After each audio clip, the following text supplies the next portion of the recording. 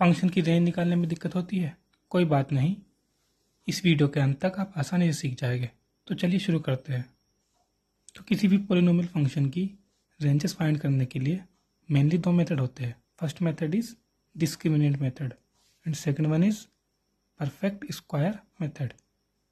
तो इन्हें डिस्कस करने के लिए हमने एक एग्जांपल लिया है, f of x is equal to 2x square minus 7x plus 11। तो फर्स्ट मेथड क्या होता है, सबसे पहले हम फंक्शन की जो है ना, इसको y के इक्वल पुट करते हैं।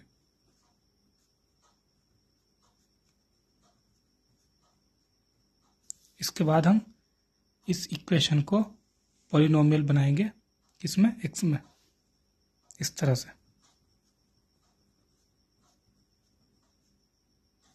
ये y इधर माइनस पहुंचेगा और इक्वल में क्या बचेगा, 0।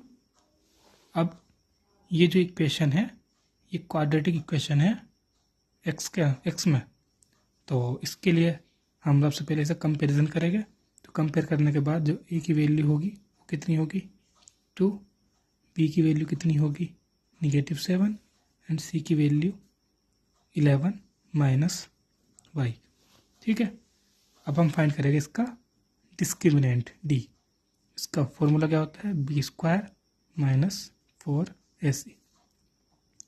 तो b कितना होता है, -7 है, स्क्वायर -4, a कितना है, 2, और c कितना है, 11 माइनस y। इसे सोल्व करेगा, -7 का स्क्वायर होता है 49 minus 4 2 8, 11 minus y।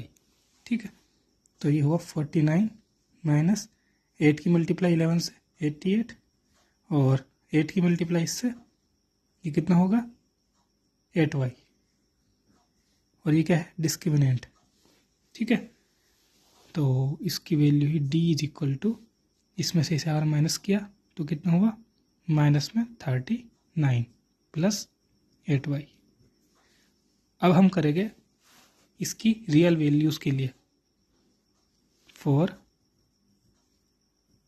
Real values of x। Real values के लिए इसका डिस्क्रिमिनेंट हमेशा पॉजिटिव होगा, इक्वल 0 भी हो सकता है। ठीक है, for real values of x d is always great और इक्वल टू 0। इसका मतलब -39 plus 8y is great or equal to 0. It implies that 8y is great or equal to 39, which implies that y is great or equal to 39 upon 8।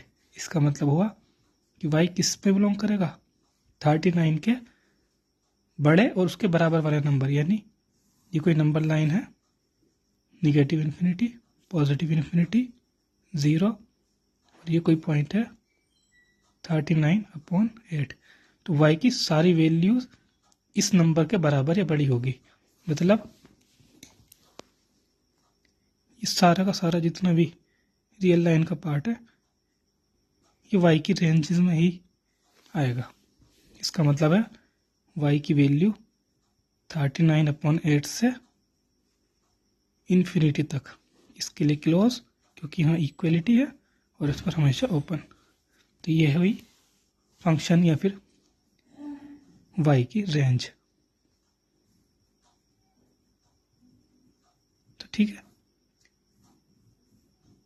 इसके बाद हम दूसरा method discuss करेंगे, perfect square method. तो second method को हम समझने के लिए ये 4 स्टेप फॉलो कर सकते हैं। फर्स्ट स्टेप क्या है, सबसे पहले हम जो एक्स स्क्वायर कोफिशिएंट है उसे 1 बनाएंगे। और सेकंड स्टेप क्या है, हम जो इसकी x वाली टर्म है, यानी कि जैसे इसके अंदर 7x माइनस 7x, तो इस टर्म को हम एक्सप्रेस करेंगे एज ए 2ab। इसमें मतलब हम 2 की एंट्री कराएंगे मल्टीप्लाई और डिवाइड करके, और जो बची हुई टर्म होगी उसे हम b कंसिडर करेंगे। और थर्ड स्टेप में हम 8 और सपरेट करेंगे, b स्क्वायर को हम क्या स्क्वायर बनाने के लिए करेंगे। और सबसे लास्ट स्टेप क्या होता है, जिसमें हम जो परफेक्ट स्क्वायर है उसे 0 बना देते हैं। इससे क्या मिलती है, हम फंक्शन की मिनिमम वैल्यू मिल जाती है, और उस मिनिमम वैल्यू के बड़ी जितनी भी वैल्यू होगी वो सब फंक्शन की रेंजेस में ही आएंगे। ठीक। ठीक है। तो फर्स्ट मेथड में जो एग्जांपल लिया था हमने उसी पे एग्जांपल को रिपीट करा है। तो सबसे पहले हमने क्या करना है, एक्स स्क्वायर कोफिशिएंट को 1 बनाना है। तो इसके लिए हमने क्या किया, इस पूरे पॉलिनोमियल नहीं, इन दो टर्म्स में से हमने 2 कॉमन कर लिया। जब 2 कॉमन करेंगे तो वहाँ से क्या बनेगा, यहाँ 2x था, 2x स्क्वायर और 7x, तो 2 कॉमन करेगा तो यहाँ बनेगा एक्स स्क्वायर, और ये 2 यहाँ पर है नहीं तो इसलिए डिवाइड पहुँचेगा, और x और 11 बाहर है। तो ठीक है, सेकेंड स्टेप में क्या करेंगे हम, x की टर्म को क्या करेंगे, एक्सपेंड करेंगे इस तरह से 2a और b।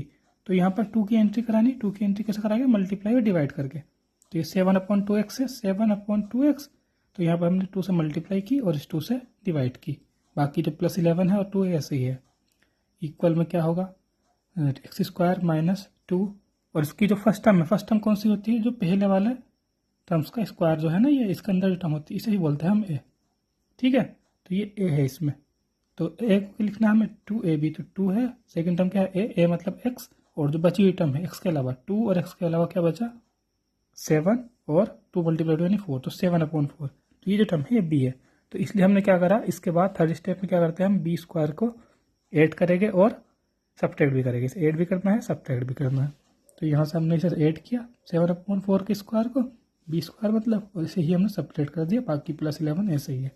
उसके बाद ये जो टर्म है इतनी, ये a माइनस बी का होल स्क्वायर बनेगा। तो a माइनस बी का होल स्क्वायर क्या होता है, a square minus 2ab plus B square. तो यहाँ पर ये वैल्यू बनेगी x माइनस 7/4 का होल स्क्वायर, और जो बची हुई टर्म है वो माइनस में 7/4 का स्क्वायर, उसके इसके इक्वल होगा 49/16 के, और बाहर क्या है 11। इसके बाद हमने 2 से मल्टीप्लाई की, तो 2 से मल्टीप्लाई इस ब्रैकेट की, 2 से मल्टीप्लाई इसकी की तो 49, ये 2 कैंसिल होगा, 16 से 8 टाइम्स होगा, और प्लस 11।